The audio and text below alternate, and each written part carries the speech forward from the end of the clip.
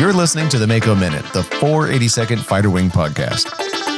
In this episode, we'll talk about what's going on around the wing and talk to Captain Capt Chism from Security Forces. You're going to hear about how to overcome adversity, unconventional ways to become a pilot in the military, and how to defuse a bomb with a fishhook. Right now, we're going to head on over to Custer's Corner.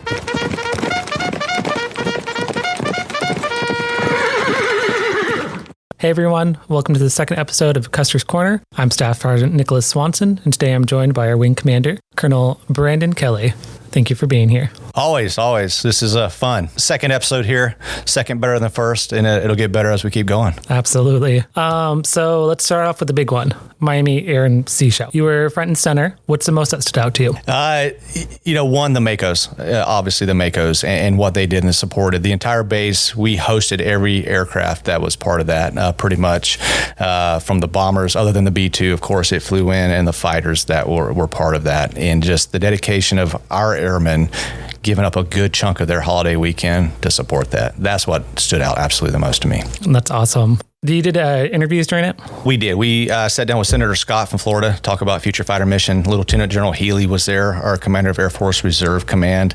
A lot about the Makos, of course, bragging on us, talking about the deployable combat wing coming up. So speaking of deployments, moving forward on future events, what news do you have for us on that? Yeah, you bet. First, speaking of deployments, I always want to recognize our folks who are downrange. We have about 50 members from the 70th Aerial Report Squadron in CENTCOM right now, and always thinking about those folks. I know they're working care packages, I think, right now to send them, but always thinking of their family as they're away, and thoughts in our prayers. For us, obviously, deployable combat wing, you've heard for a year. You're going to keep hearing as we move towards that. I've named most of our A staff, so command and control echelon, and how that works. We'll probably get a commander's call out here late summer, early fall, just to talk to the wing and open it up for questions.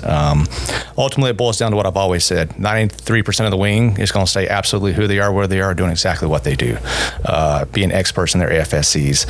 Where that will take us as we do this, we're moving into November. From November UTA into a directed annual tour about a week after that, where we're going to do a combat readiness exercise with the command and control A staff, our combat airbase squadron, the CABs, and then the mission gen force element will stay down here at MOB, Main Operating Base Homestead, with them and the MSTs, mission support teams there, and then forward deploy for about 2 weeks, and then that will extend into Bamboo Eagle, which is a very large force exercise, which involves about 10,000 people from across the Air Force. So Google it. It's pretty cool. It is an Air Combat Command-led thing that we were trying to work our way into. So our MGFE will have to go out for about 2 weeks prior to that and do red flag stuff, if you will.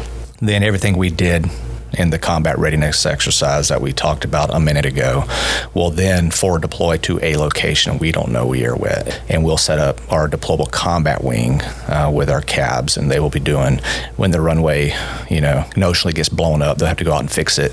We'll have to deliver rescue assets and control all that. That will then lead us into, we're a certified deployable combat wing, and then my goal there is then we have about 6 months to do final preparations, and really is for you guys to be able to stay home with your family. In talking about these exercises coming up, why is it important for the airmen to take these seriously and understand the importance of it? Yeah, great question. We always, train how you fight. I've heard through my whole career. One, it's really fun to me. This is really cool stuff on a tactical level. So I get to sit behind my desk and I joke, I sign emails and forward them a lot. That's what I do. But getting out amongst the airmen and seeing you guys do exactly what you've trained to do, not only in your own AFSC, but then seeing how all those mesh as a whole team. Because I think most of you guys know at this point where the Air Force, anytime you've deployed, you met your folks there from all over the world. We are equipping, training together failing forward, as I say in my family, we fail, we learn, we move forward. And we take that as an entire unit of almost 1,000 folks from here, and we go to the same location. We already know our personalities, how we do things, how we don't do things. And why is that important is you already got your camaraderie built, you got your teamwork built, and you're showing a true example of how you can mesh everyone across the wing. It's not your little stovepipe, your little stovepipe. It is absolutely one team to make all this happen. That's why it's important. When I say faith, family, mission, and how do you get the mission done? First, be an expert in your FSC. This is where all that comes to fruition, and we get to show that and we show it to the world. Great. Love to hear it. Thank you for joining us. Anything else from you, sir? That's it. Custer's out. All right. Thank you.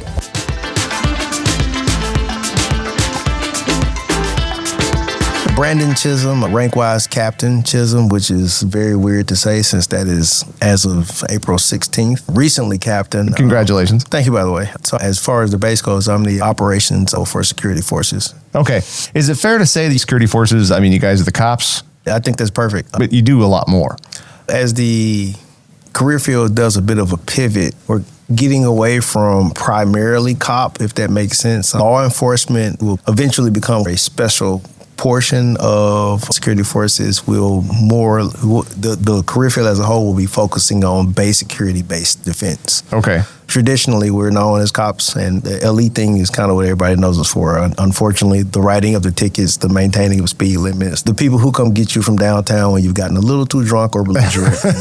That's us. Yeah. That's us. Yeah. But that's not really the function. Like if you guys go down range, there's a little bit more than just writing tickets at that point, right? I mean, yeah, absolutely. The biggest portion for us specific to the Air Force is obviously base defense, and the base defense plan for everything from ensuring that in the event of an overrun or we're being attacked by hostile forces, we can hold off those forces long enough for everybody else on base to do their job, and specifically to get pilots in the air and to maintain the brevity of the runway. So along that, and then moving outward from that scenario to maintaining the security and integrity of the offense, our own outside defense line of checking and making sure people who try to access the base actually are allowed access to the base, as well as running down any potential leads and working in conjunction with OSI. I mean, the job would be a bit more robust, but honestly, security and defense is still the focus of the job. so just a couple responsibilities. That's it, right? No big deal. No, just walk in the park.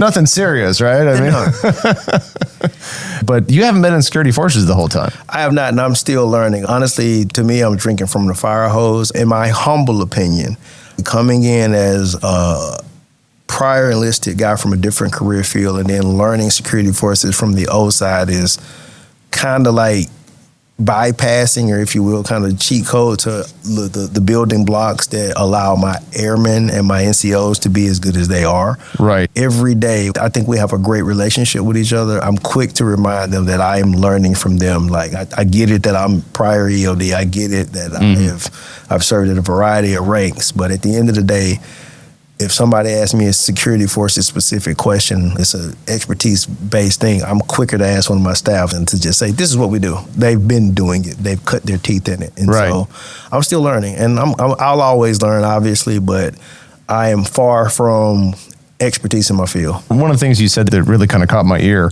was that you said that that you're quicker to go to your non-commissioned officers, absolutely, and get their information on the best way to tackle a particular problem. Would you say that your experience as being prior enlisted, and so you're prior enlisted, you're now an officer, but your experience as being prior enlisted taught you that a good officer is gonna communicate first with non-commissioned officers? Some of the officers that I admired most are the ones that I thought had my interest in line with the mission, like how to get the mission done, but also take care of their guys. I noticed the commonality with them all was their focus and their ability to not only lead and motivate us, but also take anything we brought to them and use it. One of my mentors from when I was an instructor in EOD school was a Marine officer. He kind of cut his teeth on his ability. He's like, my job is to make sure my senior NCOs and my NCOs have everything they need to complete the mission. He said, in an ideal world or an ideal military construct, you don't need the officer. The officers aren't actually doing the work. The NCOs to train, equip, and mobilize our guys to be able to do whatever the job is. Ideally, you need me to go into these rooms because we are still in military ran by officers and say, I need money for my guys for this. I need this equipment. I need this budget. I need this building. Whatever this whiz-bang idea is, I need that there. Well, if I'm not plugged in with my guys, if I'm not asking my guys these questions, if I'm not in communication with my senior NCOs and my NCOs, when my group commander asks me, what is it you guys need, I'm kind of pulling stuff out of my own butt versus what we actually need. That is my grounding tool. As long as my guys are thriving, if my guys are doing well, that'll reflect in my own report. If my guys are struggling, it should look like I'm struggling, and I think it will. My only job is to make sure my guys have everything they need. That's excellent. That's excellent. And real quick about your prior career. So EOD, and for anybody listening who doesn't know, that's explosive ordnance disposal. So, another walk in the park job. I mean, good days. We're going to have another conversation about how he handles stress because he's doing it really well. So, I mean, let me go defuse this bomb and, what base security? Yeah, lead the forces. Yeah, I can do that too. No problem. Somebody's got to do it, right? The kind of commonality, and I've said this before, people give me crap about it. I got it from my instructors. With EOD, if things go absolutely wrong, it's no longer my problem. Whether I'm hurt or no longer existing, it's not my problem. It's somebody else's problem. I mean, it's kind of funny the way you say it, and it makes you kind of want to laugh. But at the same time, it's a bit of a sobering thought when you think about it. So it's a great job. Some of the best years of my life in the military were in EOD. I'm around some amazing people. I just came back from the retirement of Master Sergeant Russell Richard out of the EOD flight. Had a great time. Russ has been a long time. I call him big brother and mentor to me. Russ was there when I first stepped into Eglin to start my process to become a tech. To this day, I have the utmost respect for Senior Master Sergeant Kaufman, soon to be Chief Kaufman. Oh, really? He got picked up for the job. Oh, wow. I have the utmost respect for those guys out there. I love them to death. But no, I love that job. I learned a lot from that job. But EOD kind of teaches you to not just think outside the box, but the second and third, fourth, and fifth order effects of what your actions can cause or what will come from that.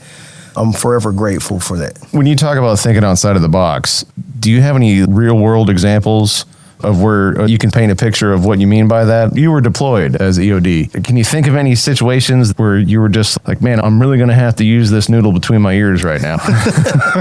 That's fair. For me, it was one I kind of witnessed. The tools you use to deal with or mitigate a hazard, the world's your oyster. Whatever you have available with you on your person and also in the world right now, it's kind of cliche, but I'll say MacGyver, for instance. Okay. My team leader was a guy from Eglin. He cut his teeth at Eglin. Multiple deployments, he kind of learned his craft while working at Eglin. And so he shows up in Afghanistan he's also an avid outdoorsman. He's big hunter, big fisherman. So he shows up in Afghanistan with full grade shark hooks from fishing. These are heavy metal, triple barbed shark hooks. Like the big, 3-4 inch fishing hook things. Yeah. And the first time I see him, I'm like, what's that? He was like, it's a shark hook. I was like, color me intrigued. Did you get the wrong itinerary? We're near the ocean. Why do you have shark hooks in Afghanistan? He was like, well, you'll see. Trust me, you'll see. So, eventually the time comes, we're out on the call and we're dismounted. So we're with backpacks, no bomb suit, no truck. We're just on foot. It's his job now to mitigate this IED threat so that us and the team that we're attached to can move on about our business. He sweeps his way to it, checks around it, does all of his cursory things, and then sees what he's looking at pressure plate wise, and then hooks into it with the shark hook, walks back, trailing off line the entire time, and then slowly removes it. And by the way, he'd also used a hemostat to separate the initial line, and he used a J hook to cut. So in one pull, he cut the initiator, separated the pressure plate from the main charge, and then used a shark hook to pull the plate to him. So when he was finished, he was holding a hemostat that had the battery, holding the pressure plate, and the charge was downrange. And then he went back down and counted the charge, blew up the charge, and he was like, this is why I have shark hooks. And I was like, wow.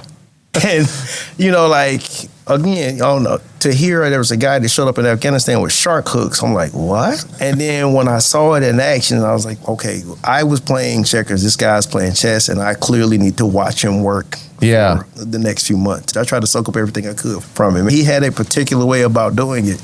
You contrast that with a guy like Senior Kaufman, who is more hands-on, but his technique is flawless. How he goes about, how he separates, how he walks through, how he's thought 17 layers through the process by the time you see him step out of the truck. And so outside of somebody popping up and shooting, he's everything else ready to go. So to watch these two very different techniques and approaches move down range and kind of mastermind their way through what they're doing. For a young tech, it was Bible. I mean, it was Bible study for me. Like, I'm just there wide-eyed, just taking everything in. It was great. Was there anything else from any of your other time, before we go back to talking about your current position, and is there anything else from your time deployed as explosive ordnance disposal that you want to talk about or tell us anything about, or funny stories? I mean, anything you want to share? I mean, funny stories, there's always how I did something stupid. We were doing a counter charge. I had my head poked out of the top of a turret on the charge that we were probably a little too close to. It was a little big than I had actually kind of taken into consideration. And the counter charge is us putting explosives on their explosives to make them go boom and go away. Putting a bomb on a bomb. Okay. So there's no problem that can't be solved with the proper amount of high explosives. It's absolute science. It would do the dishes too, right? What dishes?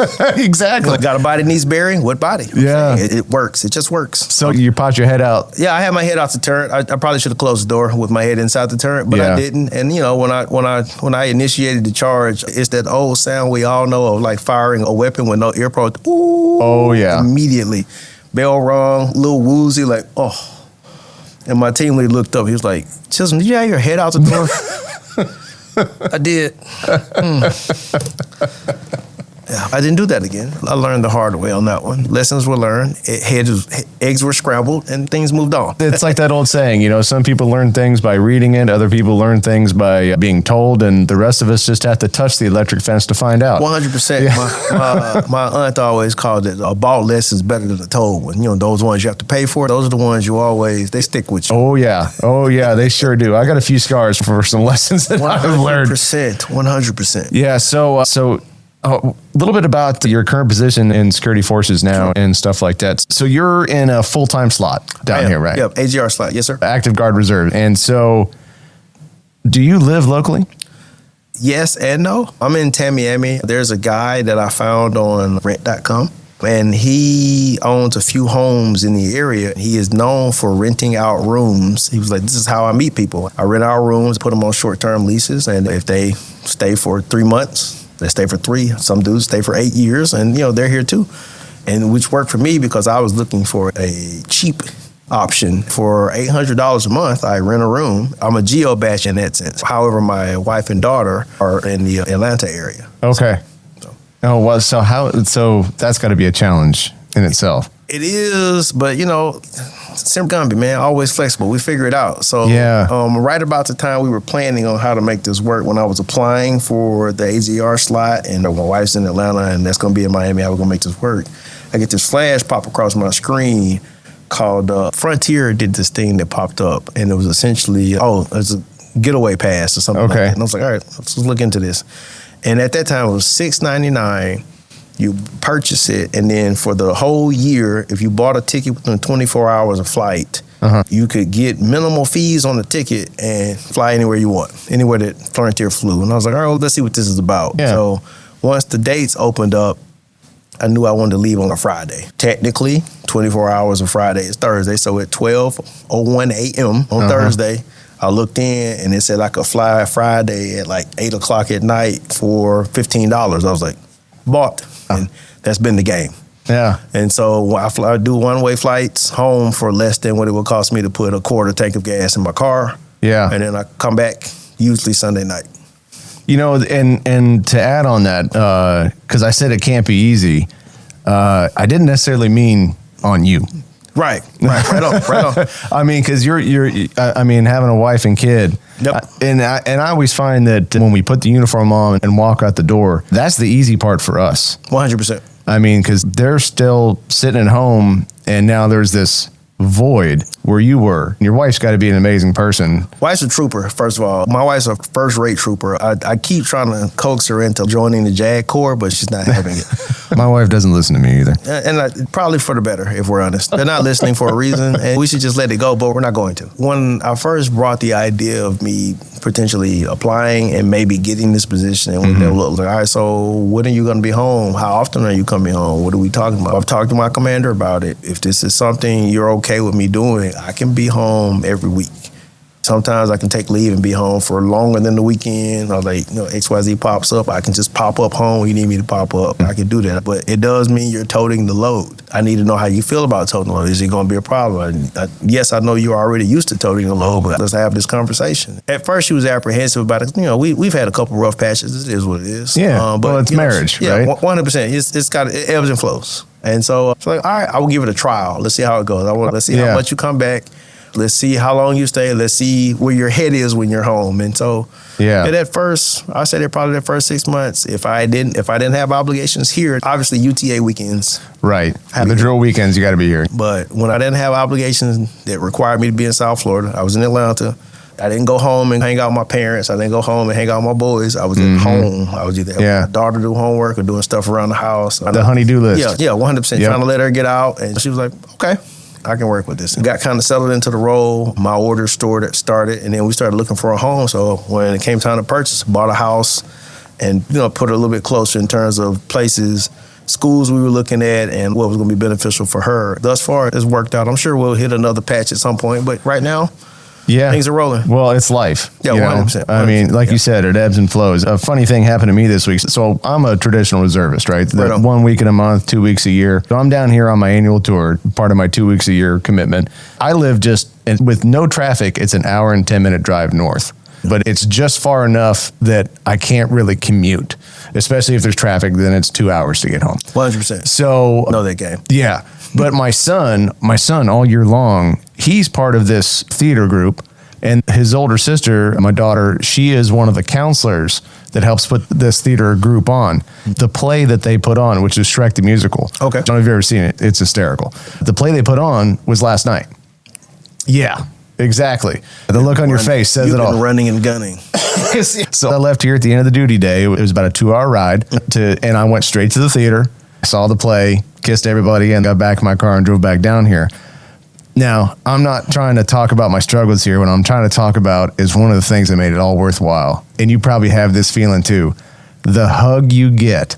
Isn't that the best feeling in the world? And they scream your name. Yeah, 100%. I'm a kind of a car nerd. I'm trying to goad my daughter into being one. Car nerd, like cars. What I tell people is all men are nerds. You just have to figure out what it is we nerd out about. We're all nerds in some capacity, whether it's cars, video games, computers, cameras, photography. If you can tell me who played third base for the Pirates in 1967. You lost me at third base. But you're a nerd if you can say that. You're not a sports fan, you're a nerd. We all have our things. I wouldn't put her in the class of nerdum, but she enjoys certain aspects of cars. Some time ago, I bought an older convertible. And by far, Dad, when you bring the convertible back home? Because all she wants to do is me drop the top so she can ride in the back seat, throw her hands in it, and us go on the back row. She will be with me for burning 4 tanks of gas at once. Just let her stop and use the restroom, and she's good. Yeah. We're locked in on that one. Nickname her GTO, gas, tire, and oil. Let's go, Daddy. Yeah. Stop, give me a Sprite, let me get a Snicker bar, and it's game on. Let's go. Oh, that's wonderful. That's wonderful. One question that came up when I was just jotting some notes down before this interview, something I was thinking about. So you come from EOD. Yep. Which is not my first career. There's more.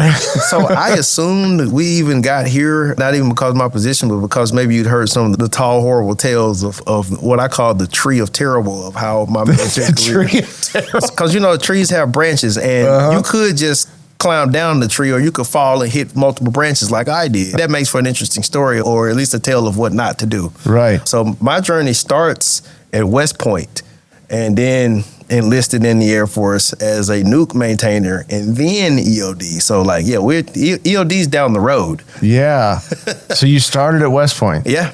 And that didn't work out for you. I got kicked out. Yeah. Well, at least you're honest about it. I mean, it's not really something to laugh about it, but no, we can laugh about it. Yeah. That's actually 2 nights ago I was talking to my dad about this, because I told him, I was like, Dad, 40-plus-year-old me can look back and say, had I stayed the course and finished West Point, I would have been likely killed in combat at some point earlier in my career, or B, done made some grave error in the land of the ladies and killed my career early in my career, or a combination of A and B, and ended up in the same spot regardless. I needed some more time in the oven. Getting kicked out, going back home, having to work a job that I hated, and then making some questionable decisions and realizing, like, if this keeps up, this path is going one way. Coming back into the military and, kind of just starting from scratch and figuring it out, that's probably the best thing that could happen, because I was on a good path. And I tell people to this day, I have the utmost respect for academy grads. West Point always has a special place in my heart. I wish I had finished, but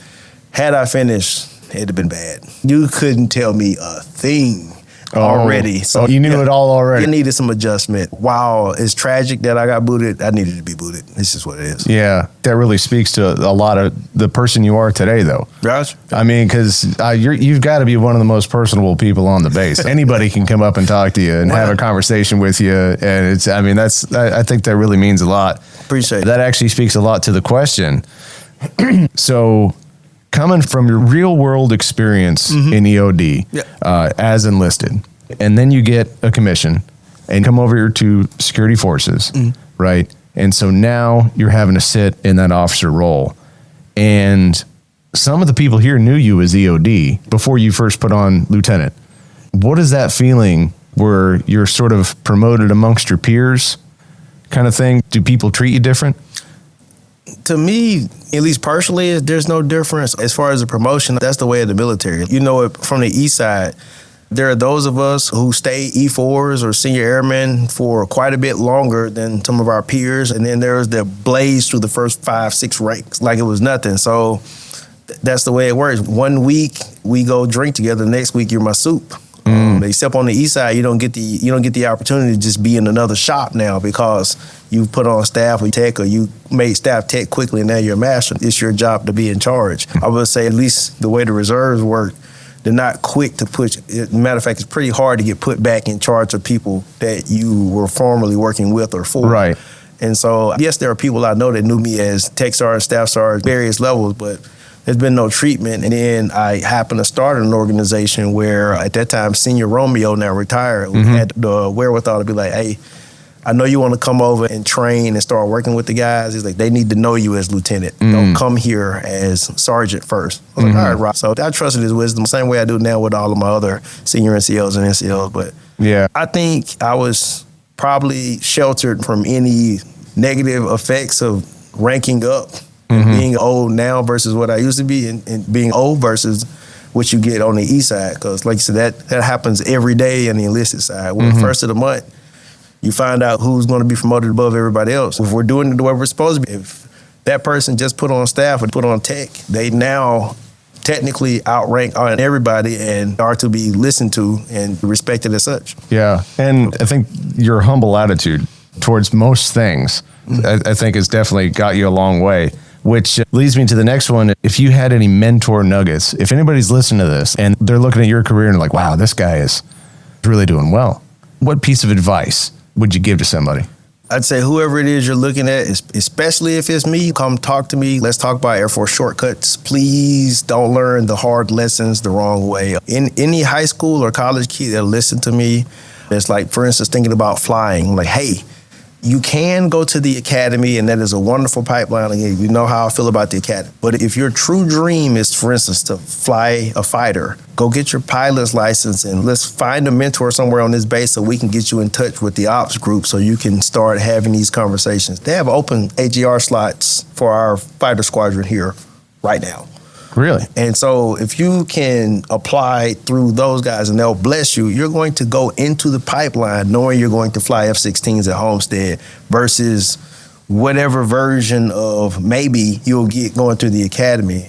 One of the colonels, he's like, hey, the year before him, nobody got fighter slots. His year got 4, and then the year after him, nobody got them. And they went to the Air Force Academy. So you think that, so it's like, but that's, if you haven't been in, if you don't know that the reserves have AGR slots, and if you go through their AGR program, go through their rush program, that you'll end up directly in line for a fighter, F-16 here, or maybe A-10s if you're at Whiteman, or F-35s if you can somehow pull off Hawaii, or F-15s in Massachusetts. If you don't know that, you're left to find that out later on after you've already made certain decisions. So go talk to these people. If you're like, hey, what do you know? Can I get a bit of your time? Absolutely ask for these hacks.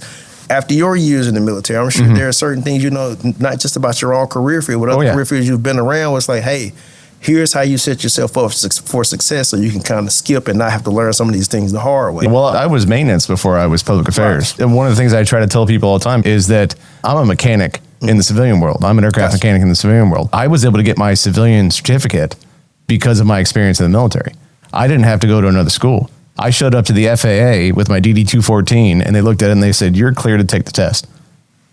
And then bam, I had my airframe and power plant certificate. And then I took that out into the world and applied in person. I just knocked on doors. Hey, you guys hiring? And they said, do you have an A&P? And I said, yes, I do. They said, come on in and talk to me. Stuff like that. Like just, you know, like, and I'm like, so there was a master, he's now a master sergeant. He may actually be senior master sergeant Cohen. He was a EOD tech with us here. Cohen had amassed a crap ton of flight hours on the private side, and originally was going for one of these slots here and just got offered a great private flying job and ended up taking that job. But he was on track to fly. This was when General Piff was still here.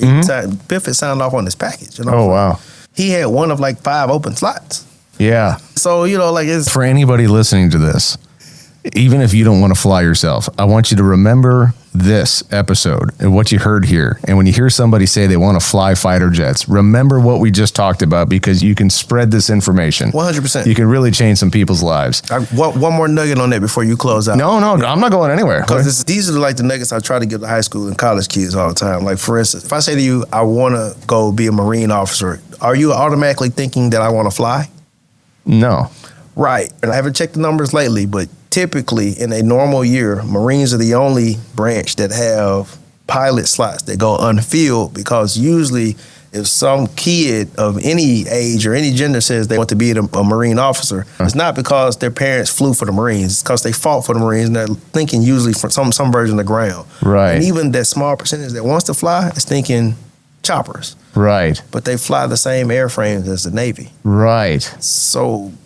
why not? Why everybody else is trying to get into Air Force Academy to go fly. Like, go to the Naval Academy, be a Marine. I'm not saying it's easy. Like, let's be fair. There's nothing easy about the Marines. Yeah. But there's one service that has flight slots that don't get applied for, and it's them. It's crazy to me. That's wild. But, you know, Navy and Air Force, we're beating people back. No, we're not taking any pilots this year. But the Marine Corps goes aboard ship just like the Navy does. 100%. And so it's just stuff like that. And I use that one because in the Air Force, it's always easy to highlight stuff like flying. It's easy because that's how we work. Everything we do is around the support of flight. Yeah. And so when I use that to paint the picture to people, it's like, hey, if this is something you're considering, don't think, well, I didn't go to the academy, I don't have a chance. It's like, no, you have a really good chance. There's some work you have to do. Those guys' job isn't easy. It's not easy to be a pilot. It's a hard job, but if that's something you want, there's multiple ways to skin this cat. Please get after it. Well, is there anything else you want to add to this? Anything that we talked about or didn't talk about? Is there anything else you want to add? Yeah, that's just the tip of the iceberg. We got a bunch of jobs and stuff that people can go after. Right now, all the branches are hurting for people. So even when people tell me they don't want to fly, whether they want to be medical, be a ground trooper, try security forces, be a cop, what does that avenue look like? I love to talk about what the Air Force can do for people. I take any opportunity somebody's willing to ask me about what, hey, let's have this conversation. I realize now I'm starting to be the old geezer. I mean, I've been in Air Force-wise, I've been in since January of 2004. You count West Point, that goes back to July of 2002. So yeah. It's been more than a minute, right? I'm certified graybeard at this stage, which is fine.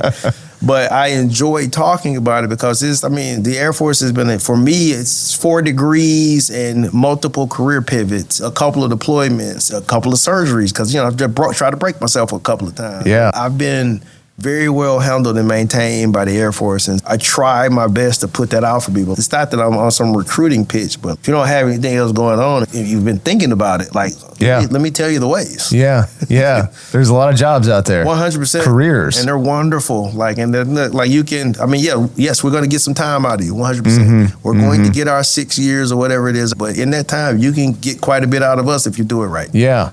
And if you end up going to basic training, you get paid to work out. That's kind of cool. 3 square meals a day. There's a dude that yells every now and then. But I mean, who hasn't dealt with a little yelling in their life? I went to basic. I was already married with 2 kids at that time. So when I got to basic, I already owned my own home and all that. So I got to basic, and I very quickly realized I was like, man, I don't even have to think about what I'm going to wear.